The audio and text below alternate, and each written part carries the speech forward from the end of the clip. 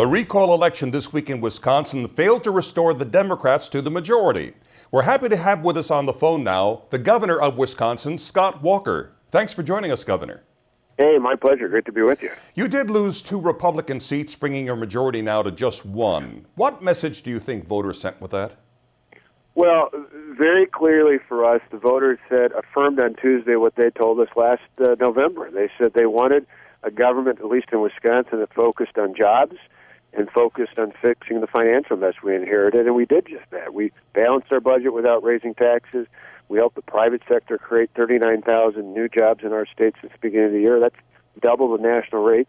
And I think on Tuesday they affirmed that and ultimately told us they wanted us to do that and continue to work together in creating more jobs. Do you consider the fact that your party still controls the state Senate a victory of sorts? Well, I think in the end, when you look at the roughly $30 to $35 million that was poured into this state, when you look at the fact from early on, we said that 2 of the 6 seats, I think everybody in the Capitol knew were going to switch hands because you had one district that trended Democrat over the last several years. You had another district where that senator had just barely won by a handful of votes the last time, and he lost by a handful of votes this time. But you look at all the other races, the other 4, Republicans, particularly Republican senators who reaffirmed their commitment to the reforms we put in place, won, and 2 of those senators won by big margins. The other 2 were senators who just the last time they were elected in 2008 had very close elections, and they actually won by a larger percentage now than they did the last election. 2 Democrats face a recall vote next week for fleeing the state to avoid voting on the Republican budget. How do you expect that to go? Well, both are going to be tough because both the incumbents have a significant financial advantage. But I think one of the 2 districts is probably a very difficult, if not impossible, for Republicans to have a chance on. The other one in northern Wisconsin, a very competitive seat. And I think, again, if the message gets through, if they're able to cut through the financial advantage that the other side, the Democrats, have, there is a real shot that Kim Simic might win that election.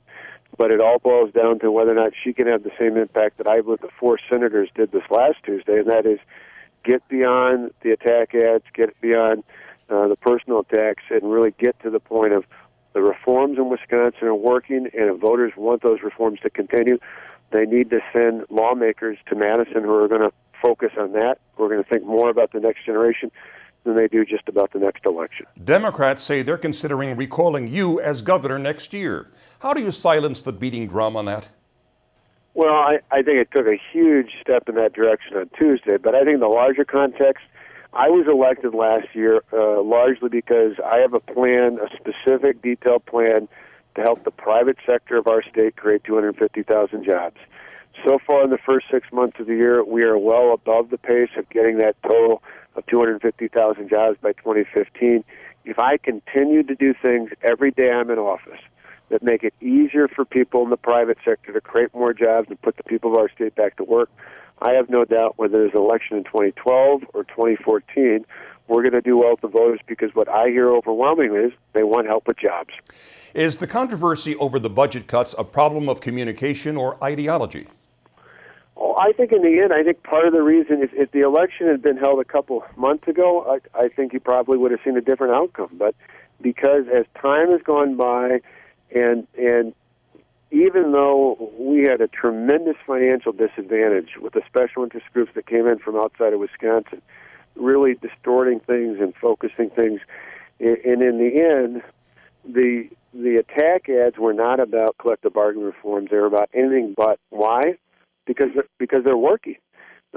Every day, every week, and every month that goes by, there's another story about a school district like Pequanna where they actually saved so much money with our reforms they're able to hire more teachers, lower the classroom size, set money aside for merit pay, whether it's Wauwatosa, where my 2 kids go to a public school, or Fond du Lac, or New Berlin, or on the city side, whether it's communities like the city of Milwaukee, which after city leaders earlier this year attacked us for the budget reforms, now had to admit this week that they will, at a minimum, see a net savings of $11 million, maybe much more than that, but at a minimum $11 million worth of savings in the city of Milwaukee. In all of those cases, What we see is over time, what once was viewed as a negative is now become a positive.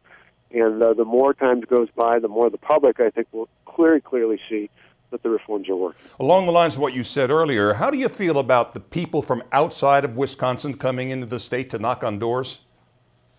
Well, it's knocking on doors. It's the literally tens of millions of dollars. It's all the attacks that came in. I think more than anything, Wednesday morning, the people of this state were happy, not just because of who won, but they were happy because the elections were over. They didn't have to be bombarded with hour after hour of negative attacks. And you had people that wanted to come in from Washington and New York and other places and try and determine the future for the state of Wisconsin. Well, thankfully, in Wisconsin, I think the majority of voters said they want to make the decisions. And I think it's a lesson for other places around the country that in the end, you need to listen to the interest of middle-class taxpayers in your own community and not let people come in and try and bully you from somewhere else. Governor, how do you feel about being tabbed as one of the national leaders for the conservative movement, perhaps even presidential timber someday? Well, I'll be judged in my state, and I suppose ultimately by anybody else, by how effective I am at helping the people of our state create 250,000 jobs. I was inspired in the public service by people like Ronald Reagan. I got my chops in leadership, not so much in politics, but growing up in Scouts and going to the American Legion's Badger Boy State program. And it's been an honor for me prior to being governor of being the only one and only Republican elected in Milwaukee County. In every case, what we tried to do was just step up and provide leadership, not just Republican or Democrat leadership, but leadership, particularly in moments of crisis.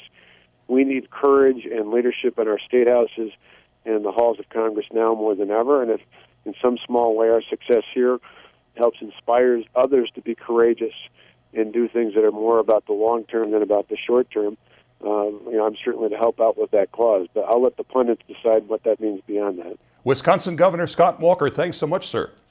Thank you. Good to talk to you. And thank you for watching Newsmax TV.